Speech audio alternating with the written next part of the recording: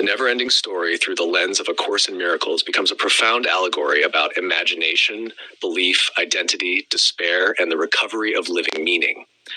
At the center of the story is a world called Fantasia. Fantasia is not merely a fantasy land. It is a symbolic psychic realm shaped by human imagination, hope, belief, and meaning. ACIM would immediately recognize something important. The worlds we inhabit psychologically arise from mind. Not just externally imagined fantasies, but the interpretive worlds created through belief. And Fantasia is dying because of something called the nothing. The nothing is one of the clearest symbols of egoic despair in fantasy cinema. The nothing spreads wherever meaning collapses: hopelessness, cynicism, nihilism, loss of imagination, loss of connection, loss of purpose. ACIM would not call this evil in an ultimate sense. It is closer to the emptiness produced by separation consciousness. The ego ultimately leads toward meaninglessness because it cuts perception off from living connection and shared being. The nothing is not dramatic hatred only. It is emptiness, collapse, inner deadness. That is psychologically accurate. Then there is Atreyu. Atreyu represents the sincere seeker willing to move through fear and uncertainty in service of truth. Importantly, he is not protected from suffering.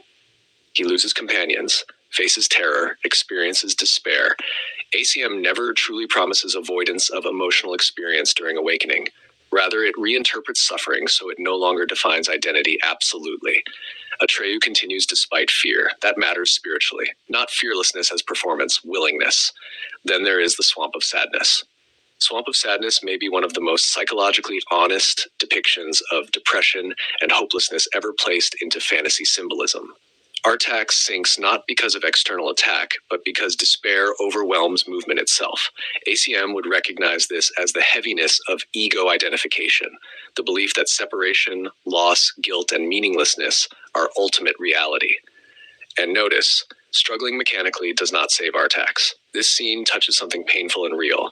There are states of mind where force alone cannot restore aliveness. That is why ACIM emphasizes miracles as shifts in perception rather than mere willpower. The ego often says, push harder. Spirit says, see differently. Then comes the revelation about the childlike empress. The childlike empress is dying because human beings no longer believe in Fantasia. This is deeply symbolic. The imagination here is not mere escapist fantasy.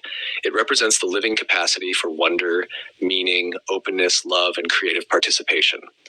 The ego thrives on reductionism. Only what is measurable matters, only survival matters, only control matters. The result is spiritual dryness.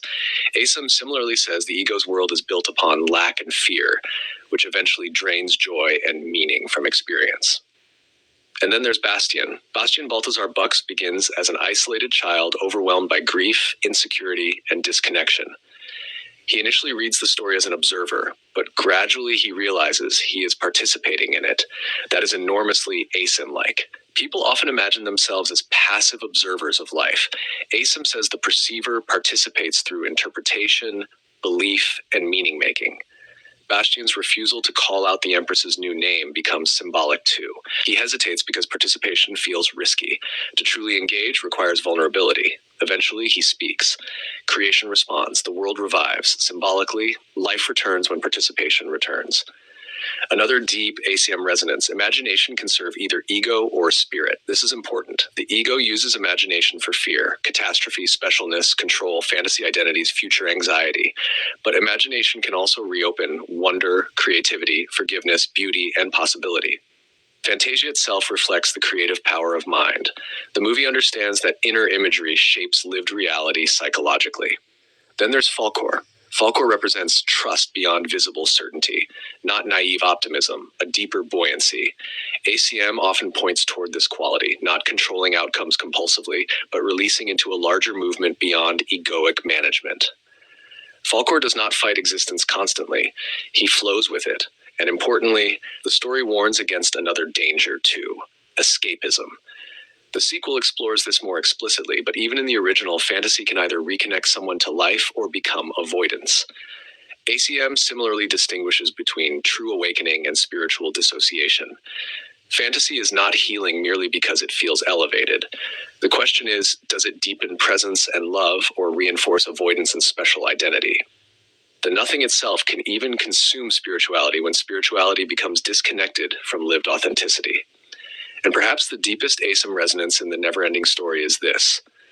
The world dies when imagination collapses into fear and meaninglessness, not imagination as fantasy escape, imagination as the living bridge back to wonder, connection, and possibility. The ego says the world is empty, mechanical, and hopeless. Spirit whispers, give a new name to the world, not through denial, but through restored perception. Bastian saves Fantasia not by conquering externally, but by re-entering relationship with living meaning itself.